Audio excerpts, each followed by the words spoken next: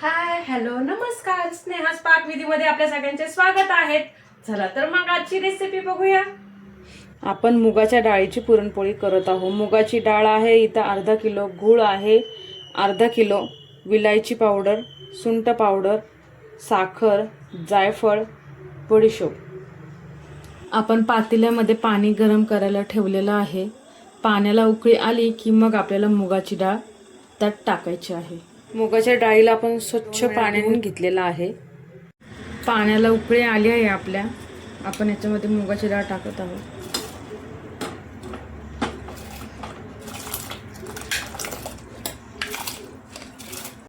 आता आपण याच्यात थोडीशी हळद टाकत आहोत. थोडंसं तेल टाकणार आहोत. जस्ट मुगाची डाळ ऑलरेडी मऊ शिजते, पण अजून सॉफ्ट होण्यासाठी म्हणून आपण याच्यामध्ये तेलाचा वापर केला आहे. थोडासा 2 चमचे. आता आपण याच्यावर झाकण ठेवणार आहोत. थोडंसं ओपन ठेवायचं आहे आणि पाणी टाकणार आहोत. सेम आपण जी हरभऱ्याच्या डाळीला प्रोसेस करतो तशीच सेम प्रोसेस ह्याही मुगाच्या डाळीला करणार आहोत. आपण ही बडीशोप घेतलेली आहे, आपल्याला पूर्णामध्ये घालायची आहे. आपण हिला भाजणार आहोत आणि हिची मिक्सरला बारीक पावडर करून घेणार आहोत. बघा ही बडीशोप आता आपण भाजून घेत आहोत. बडीशोपमध्ये आपण साखर का टाकली आहे असं तुम्हाला वाटेलच, पण बडीशोपमध्ये साखर टाकली की लवकर त्याची पावडर होते, म्हणून बडीशोपमध्ये साखर टाकून वाटावी, जेणेकरून इझी जातं आपल्याला.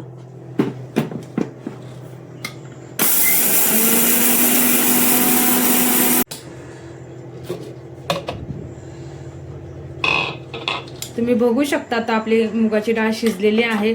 15 ते 20 मिनिटं खूप लागतात तिला, ही लगेच शिजते. आणि जसं आपण हरभऱ्याच्या डाळीचं येळवणी काढतो तसं मी याचं काढणार आहे. गरम पाणी मी आता याच्यात ॲड करणार आहे आणि ते करून काढणार आहे. मी आता ह्याचा गॅस बंद करते. डाळ शिजलेली आहे आपली. जसं आपण हरभऱ्याच्या डाळीचं पाणी काढून घेतो तसंच आपल्याला ह्याही डाळीचं काढून घ्यायचं आहे. आपण सगळं याचं पाणी गाळून घेणार आहोत. हे बघताय तुम्ही, बघा कसं दिसतंय. सेम आपण हरभऱ्याच्या डाळीचं पुरण करतो तसंच दिसते की नाही.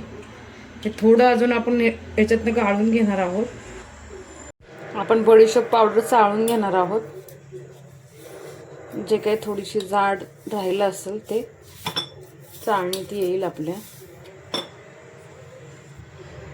बडीशोप पावडर आपण चाळायला घेतलेली आहे. याच्यातच आपण सुंठ पावडर टाकणार आहोत, विलायची पावडर टाकणार आहोत आणि ह्या तिन्हीला आपण बघू शकता आपण चाळून घेतलंय. त्याच्यातले हे जाड जाड कण कसे राहिले आहेत. यातच आपण जायफळ पण खिसून बघू शकता. आपण ही कढई ठेवलेली आहे. हे जे आपण डाळीचं सगळं पाणी काढून घेतलेलं आहे.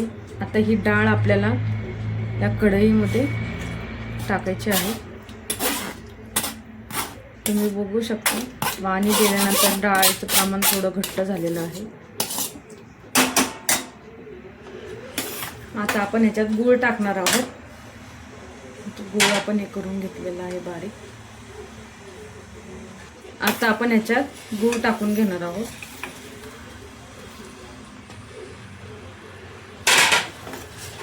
आपल्याला याला हलवत राहायचंय. मुगाच्या डाळीमध्ये आपण गूळ टाकून घेतलेला आहे. हे मिश्रण तुम्हाला खूपच पातळ दिसत आहे, पण हे मिश्रण अर्ध्या ते पाऊण तासामध्ये घट्ट व्हायला सुरुवात होते. आपण टाकणार आहोत त्यात थोडेसे मीठ. कुठल्याही गोड पदार्थामध्ये मीठ टाकल्याने त्याची चव अजून वाढते. आणि हे आपण बडीशोप, विलायची, जायफळची करून घेतलेली पावडर, हे सगळं मिक्स करून घेऊया आपण. तुम्ही बघू शकता आता आपलं पुरण घट्ट होत आहे. अजून आपल्याला ह्याला 15 मिनिटं द्यावे लागतील. मोठ्या साईजची अशीच कढई वगैरे घ्या, जेणेकरून आपल्याला हे हलवता येईल असं.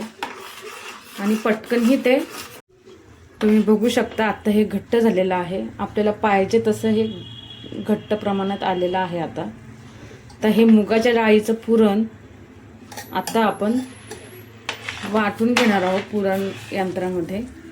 थोडं थंड झालं की तुम्ही बघू शकता खाली कुठेही लागलेलं नाही आहे.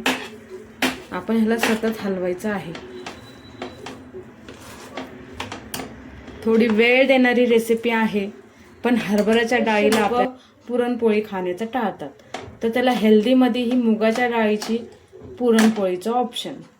बघा आता आपलं हे पुरण थंड झालेलं आहे, थोडं कोमटसर असं आहे. आता आपण हे पुरण वाटून घेऊया. तुम्ही बघू शकता कसं घट्ट झालेलं आहे. आता हे कोमटसर आहे.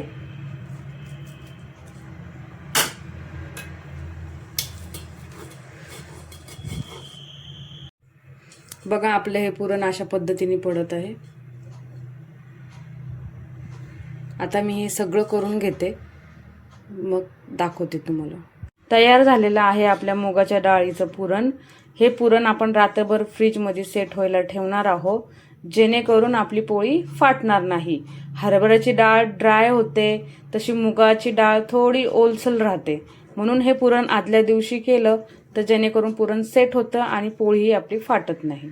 आपण पुरणपोळीचा व्हिडिओ पार्ट 2 मध्ये बघणार आहोत.